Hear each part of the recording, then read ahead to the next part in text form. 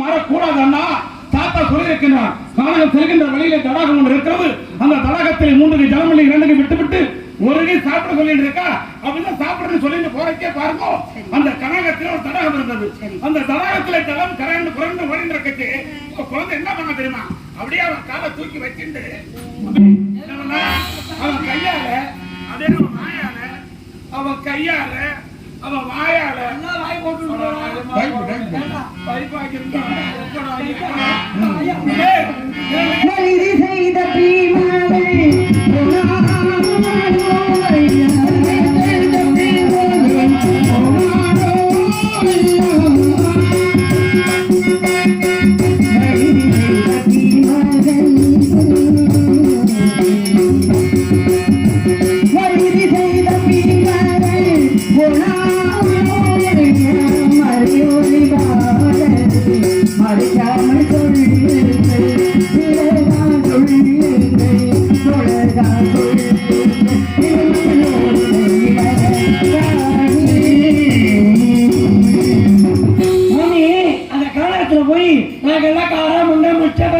செய்த எல்லாம் சரியா சேகரிச்சுமா பார்த்துட்டு இருக்கோம்.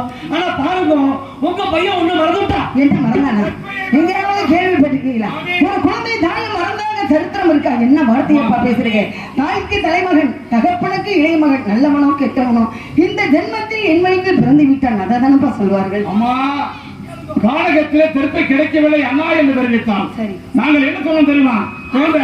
நாங்க அதிகமா சேகரம் இருக்கோம். நாங்க தரமுடாத கேட்டோம் மாமி. அதற்கு என்ன தெரிவித்தான் தெரியுமா? அந்த மகளா என் கரத்தால் சேகரம் செய்ய வேண்டும். நீங்கள் கொடுக்கிற நெருப்பை வாங்கி சென்றேனே. ஆனால் நாங்கள் இதுவரை கொண்ட சட்டத்திற்கு பங்கமாக சொல்லிட்டு அந்த கானகத்திலே பாருங்க திடீரென்று ஒரு மிருகர் சொன்னார். ஆமா ஆமா மாமி, நீங்க பேசுகிற பேச்சும் நீங்க முழிக்கிற மொழியும் நடந்திருக்கு.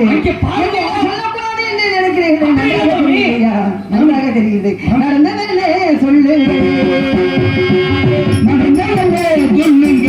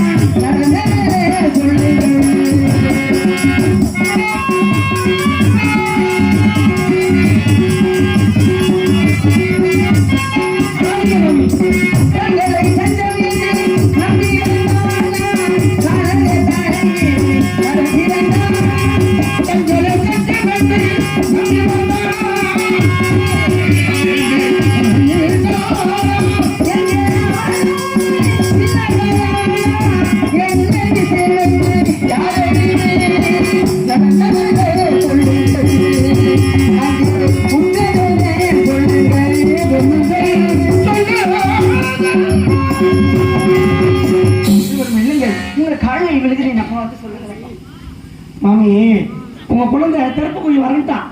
திடீர்னு பாருங்க, அங்க மிகப்பெரிய தெருப்பு கூட்டம் கூட நிறைய இருக்கு.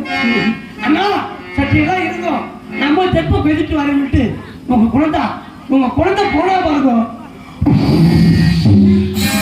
சத்தம்